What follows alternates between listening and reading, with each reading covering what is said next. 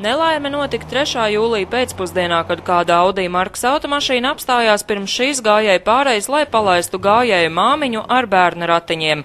Minēto auto ar savu Mazdu nolēma apdzīt 1982. gadā dzimušais Denis. Rezultātā lielā ātrumā uzbraucot bērnu ratiņiem, kur guļošais gadu vecais puisēns nomira notikuma vietā. Vainīgais autovadītājs neapstājās un brauca tālāk, taču viņu aizturēja viens no notikušā aculieciniekiem.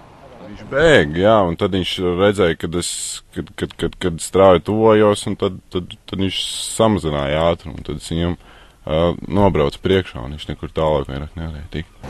Aizturētais autovadītājs Liepainieks Denis policijas uzmanības lokā nonācis jau agrāk.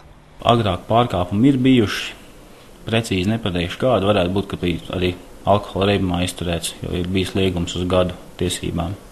Aizturēšanas brīdī Denisam tiesības bijušas, alkohola reibums nav konstatēts, savukārt ekspertīzes rezultāti par iespējamo narkotiku lietošanu būs zinām tikai pēc mēneša. Šodien Liepājas tiesa slēgtā sēdē lēma par Denisam piemērojamo drošības līdzekli. Interesanti, ka presē netika atklāts ne sēdes laiks, ne tiesas zāles numurs. Savukārt pie nelaimīgās gājēju pārejas sastaptie iedzīvotāji atgādināja, ka šeit samērā nesen notriektu vēl vairāk cilvēku un izteica neizpratni, kāpēc jau ilgstoši nedarbojas te uzstādītais luksafors. Mūsu šoferu kultūra ir zem, to mēs saprotam, ļoti zem. Kādam augsts, bet lielai daļai zem.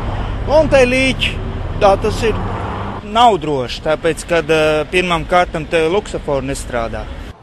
Liepājas komunālā pārvalde uzskata, ka gājēju pārēja ir pienācīgi aprīkota un strādājošs luksafors izmaksātu pārāk dārgi.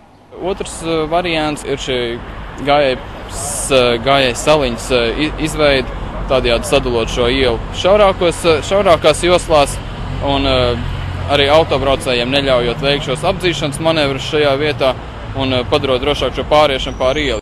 Kad notiks apspriede par pārejas drošības uzlabošanu un kad pilsēta atradīs naudu šim mērķim, pagaidām vēl nav zināms. Ines Ķester, Ģirds Garcons, TV Kurzeme.